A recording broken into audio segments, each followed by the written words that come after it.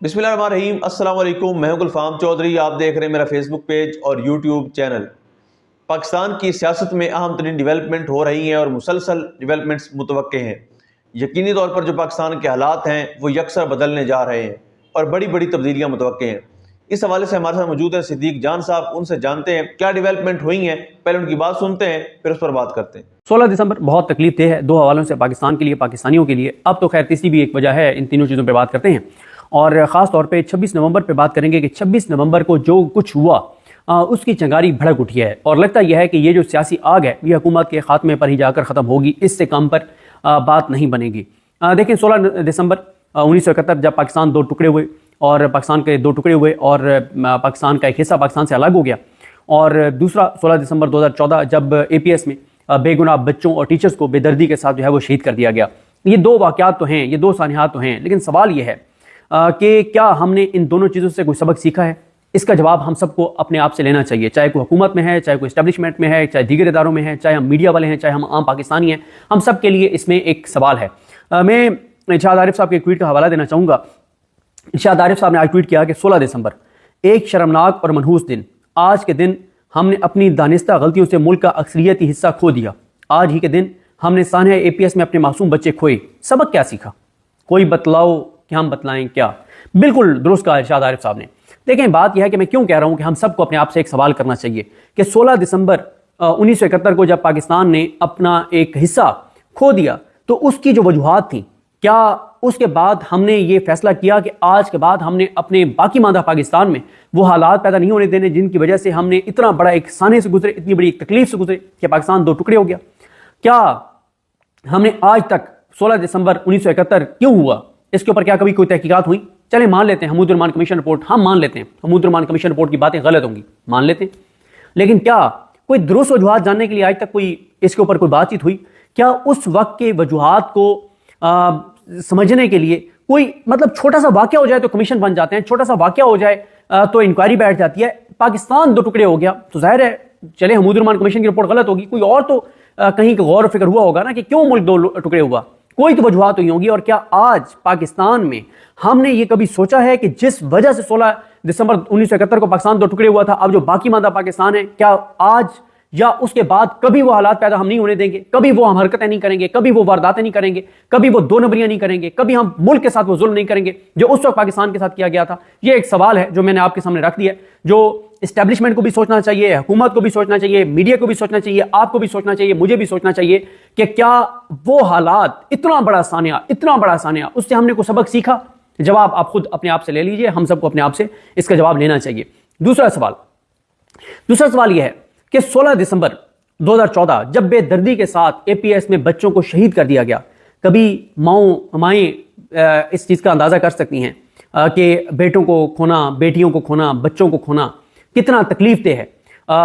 बहनें इस चीज़ को फील कर सकती हैं कि भाइयों का जुदा हो जाना, इस तरह से उनका बेदर्दी से शहीद हो जाना कितना तकलीफ देह है। देखें 16 दिसंबर 2014 को जब हमारे 150 बच्चों को बेदर्दी से शहीद कर दिया गया, मैं अहमद नवाज के जो वालिद हैं उनका देख रहा था, उनके ट्वीट्स देख रहा था, कितने तकलीफ दे हैं, मतलब दिल खून के आंसू होता है उनके ट्वीट्स पढ़ के कि उन्होंने अपने बेटे हारिस नवाज को, 13 साल बेटे को उसमें खोया, और एक और बेटे उनके अहमद नवाज हैं वो भी जख्मी हुए, और कितनी तकलीफ से वो आज भी गुजरते हैं। लेकिन उनकी तकलीफ कम हो सकती थी, अहमद नवाज के वालिदैन, हारिस नवाज के वालिदैन और उनके साथ जो 150 बच्चे जो शहीद कर दिए गए, उनके वालिदैन को सब्र आ सकता था, उनकी तकलीफ कम हो सकती थी। किस सूरत में? इस सूरत में कि हाँ दहशतगर्दी का एक वाक़या हुआ, हमारे बच्चे उसमें शहीद हुए, लेकिन उसके बाद हमारे मुल्क ने, हमारे निज़ाम ने सबक सीखा और वो चीज़ें की जिसके बाद आज कोई बच्चा गैर महफूज नहीं है। आज हमारा मुल्क दहशतगर्दी से पाक हो चुका है। आज कोई वाक़या दोबारा ऐसा नहीं हो सकता, किसी माँ का बेटा इस तरह से उसकी जान नहीं ली जा सकती। अगर ये हो चुका होता तो मैं यकीन से कहता हूं कि उन 150 बच्चों, उन 150 फैमिलीज का गम बहुत कम हो गया होता। गो के तकलीफ दे है, कभी वो तकलीफ खत्म नहीं हो सकती।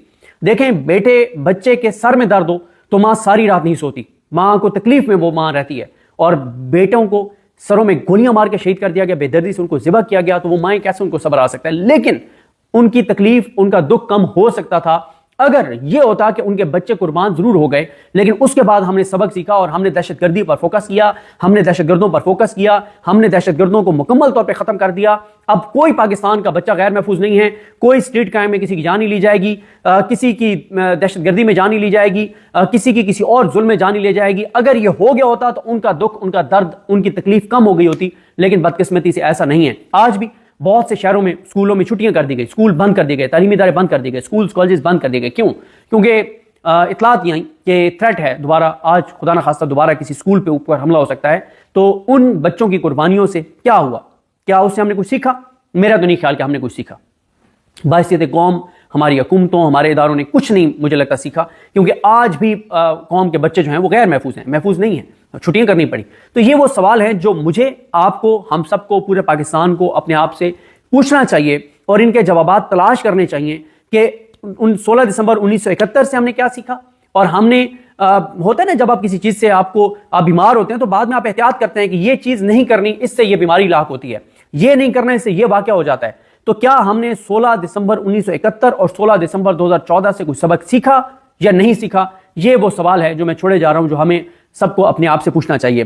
اس کے بعد آئیں اس بات پر کہ آگے چیزیں کس طرف جا رہی ہیں۔ چیزیں کوئی نظر نہیں آ رہا کہ چیزیں کوئی بہتری کی طرف جاری ہوں، کوئی سوچ ہو کہیں پہ کہ یار کوئی ہم رحم کر لیں اپنے ملک کے اوپر، کوئی 25 کروڑ کے پاکستان کے اوپر رحم کر لیں، ہم لوگ اپنی ضدیں، اپنی انائیں، اپنی نفرتیں، اپنی لالچ، اپنا مفاد، اپنا اقتدار، اپنی کرپشن، اپنی لوٹ مار، اپنی بربریت، اپنی فسطائیت، اپنی یزیدیت، اپنے تسلط کی خاطر ہم ملک کو نقصان نہیں پہنچائیں گے۔ ہمارے لیے، میرے لیے، آپ کے لیے، حکومتوں کے لیے، سب کے لیے جو ہے وہ ملک مقدم ہوگا۔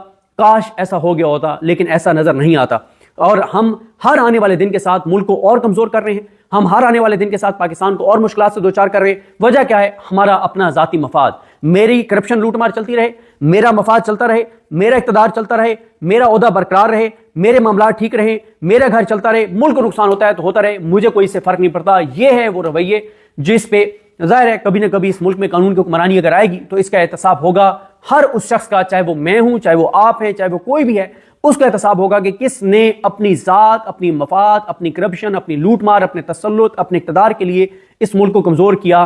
یہ وہ چیز ہے جس کا کبھی نہ کبھی احتساب ہوگا، اور جب تک اس کا احتساب نہیں ہوگا، جب تک ذمہ داران کو سزا نہیں دی جائے گی، جب تک ذمہ داران کو عبرت کا نشان نہیں بنایا جائے گا، تب تک ہمارا ملک کسی صورت بھی، مجھے تو کم از کم، آگے جاتا ہوا نظر نہیں آتا۔ آج عمران خان صاحب کا ایک جیل سے پیغام آیا ہے۔ اس سے پہلے عمران خان صاحب سے ملنے کے بعد فیصل چودھری صاحب جو ہیں انہوں نے پہلے ٹویٹ کیا کہ 500 دن جیل میں مکمل، بہادر عمران خان آج بھی چٹان کی طرح یزیدیت، فسطائیت اور ظلم کے سامنے کھڑا ہے، وہ ڈرا نہیں، وہ جھکا نہیں ہے، حسین کے کردار کی طرح۔ اللہ انا الحق ہے، چاہے ساری زندگی بھی جیل میں رہنا پڑے، وقت کے یزید کے سامنے نہیں جھکوں گا، یہ کہنا تھا عمران خان صاحب کا۔ عمران خان کے ٹویٹر اکاؤنٹ سے آج ایک پیغام جاری ہوا ہے۔ عمران خان کہتے ہیں کہ کیونکہ آج ان کو 500 دن مکمل ہوئے جیل میں، تو اس پر عمران خان صاحب نے کیا گفتگو کی؟ 500 دن، ایک دن بھی قید میں کاٹنا ناحق مشکل ہوتا ہے۔ مطلب آپ نے کوئی جرم کیا ہو۔ جی بالکل، جس طرح سے آپ نے صدیق جان صاحب کو سنا کہ آئندہ آنے والا جو ہفتہ ہے، یہ چند دن ہے، یہ پاکستان کی سیاست میں کتنے اہم ہیں، اور اس میں جو پاکستان کی سیاست ہے اس میں کتنی بڑی تبدیلیاں متوقع ہیں۔ اللہ پاک وطن عزیز کا حامی و ناصر ہو۔ پاکستان زندہ باد۔